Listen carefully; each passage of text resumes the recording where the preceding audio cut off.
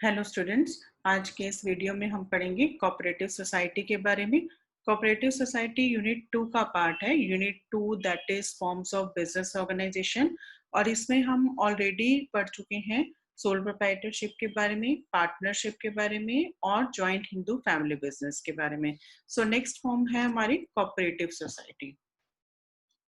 सबसे पहले हम पढ़ेंगे मीनिंग के बारे में। Meaning of cooperative society: cooperative society is a voluntary association of persons. Voluntary association of person means person जब चाहे सोसाइटी में एंटर कर सकते हैं और जब चाहे वहां से क्विट कर सकते हैं। अपनी मर्जी से पर्सन्स आ जा सकते हैं, मेंबर बन सकते हैं कोऑपरेटिव सोसाइटी का।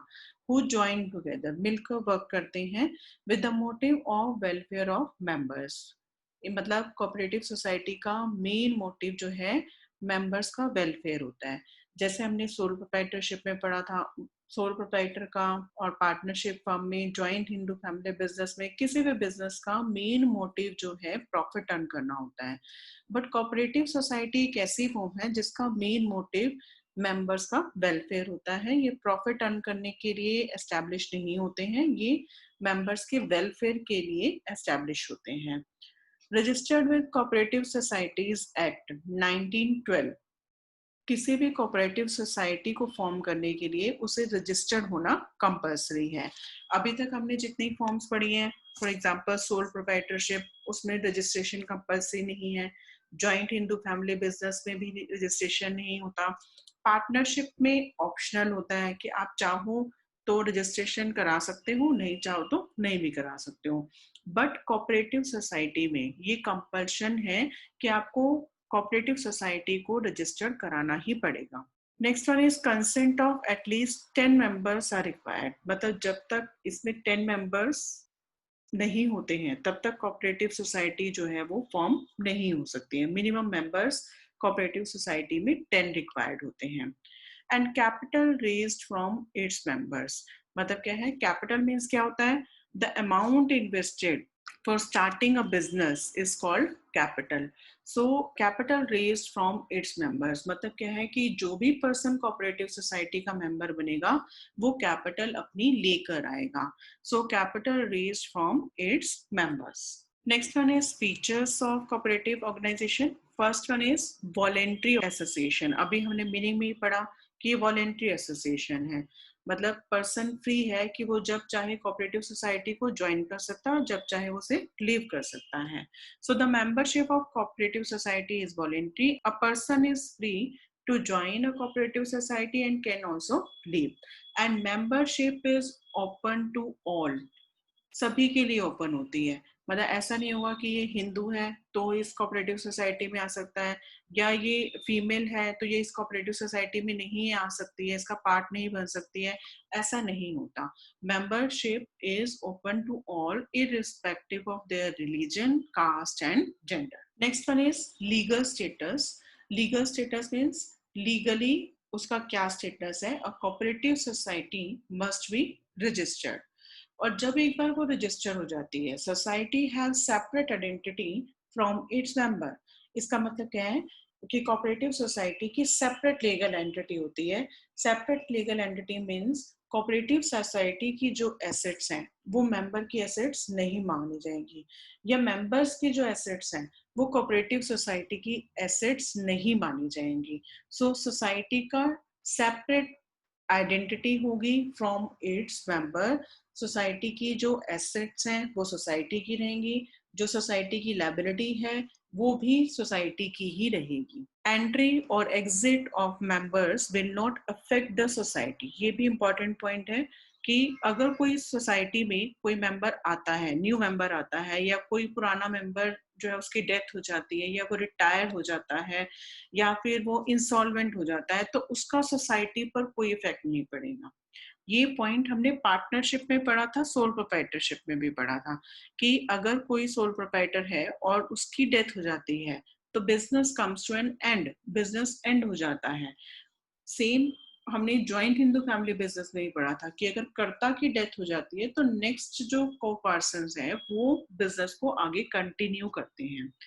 पार्टनरशिप में हमने पढ़ा था कि पार्टनरशिप में अगर कोई पार्टनर की डेथ हो जाती है या वो रिटायर हो जाता है, तो जो पुरानी पार्टनरशिप है that comes to an end और उसके बाद न्यू एग्रीमेंट जो है पार्टनर्स का बनता है। बट जो कोऑपरेटिव सोसाइटी है ये एक ऐसी फॉर्म है जिसमें एंट्री और exit of members will not affect the society. Next one is limited liability. अब तक हम वर्ड सुनते हैं unlimited liability.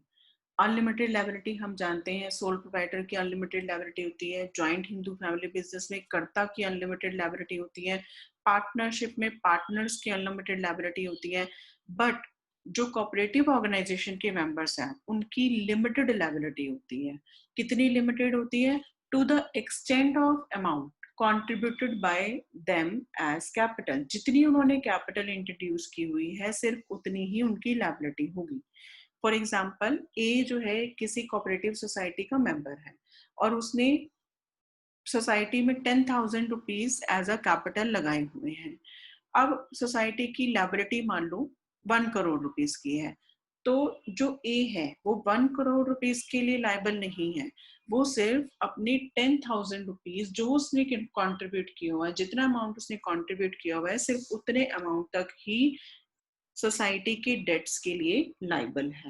So limited liability means the personal assets of members are safe. Means जितना उन्होंने कैपिटल कंट्रीब्यूट किया हुआ है सिर्फ उन्होंने उतना ही कंट्रीब्यूट करना है सोसाइटी की लायबिलिटी में। Next one is control. So decisions are taken by elected managing committee. सब मेंबर्स मिलकर एक मैनेजिंग कमेटी बनाते हैं। मैनेजिंग कमेटी के जो मेंबर होते हैं वो भी सोसाइटी के मेंबर्स से ही होते हैं, कोऑपरेटिव सोसाइटी के मेंबर्स से ही होते हैं। And members have equal chance to elect the committee. Members के पास चांस होता है कि वो अपनी कमेटी को चूज कर सके। एंड डेमोक्रेटिक मैनेजमेंट, जैसे हमारी कंट्री में डेमोक्रेटिक मैनेजमेंट होती है, हम अपना लीडर, अपना पीएम, अपना सीएम खुद चूज करते हैं अपने वोट्स के थ्रू, सेम जो है कोऑपरेटिव सोसाइटी में होता है। हर एक मेंबर के पास एक वोट होता है और वो अपना लीडर चूज कर सकते हैं। Next one is service motive. ये हमने मीनिंग में ही पढ़ा था। The main motive of cooperative society is welfare of its members। मतलब ये जो cooperative societies हैं इनका मेन मोटिव प्रॉफिट अर्न करना नहीं होता, ये मेंबर्स के वेलफेयर के लिए वर्क करते हैं। Based on the principle each for all and all for each, and surplus is distributed among members as per the law. Now next topic is merits of cooperative societies. First merit जो है easy formation, ये हमने sole proprietorship में भी पढ़ा था, joint Hindu family business में भी पढ़ा था और पार्टनरशिप में भी पढ़ा था। That is easy formation. Minimum 10 members can start the cooperative society. The registration procedure is very simple and its formation is governed by the provision of Cooperative Societies Act 1912.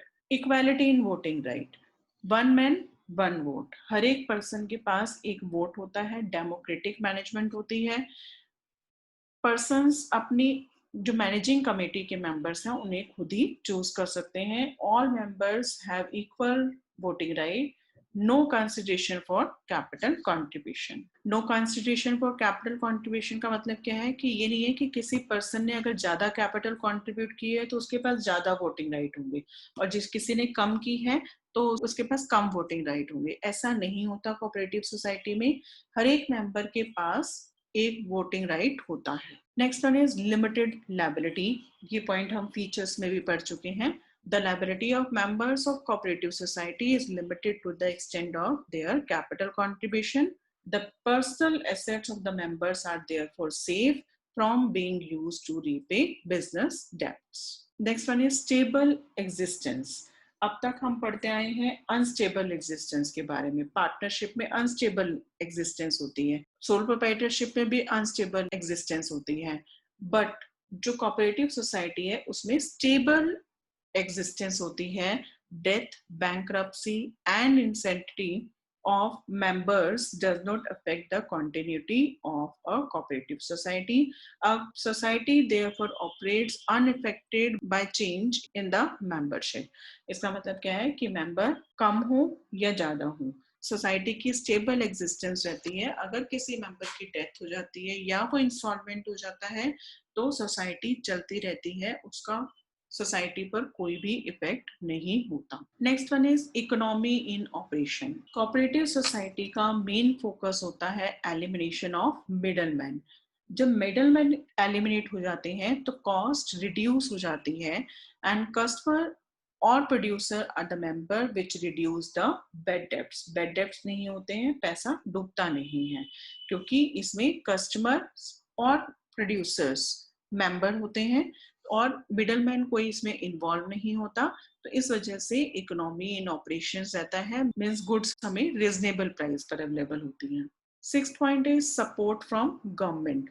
Cooperative society gets support from the government in form of low taxes, subsidies and low interest rate on loans. Low taxes, जो cooperative society है उन्हें taxes बाकी companies या बाकी forms के comparison में कम पे करने पड़ते हैं।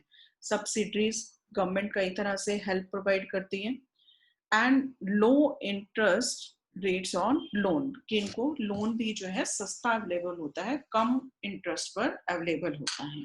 Next one is limitations of cooperative societies. First limitation is limited resources.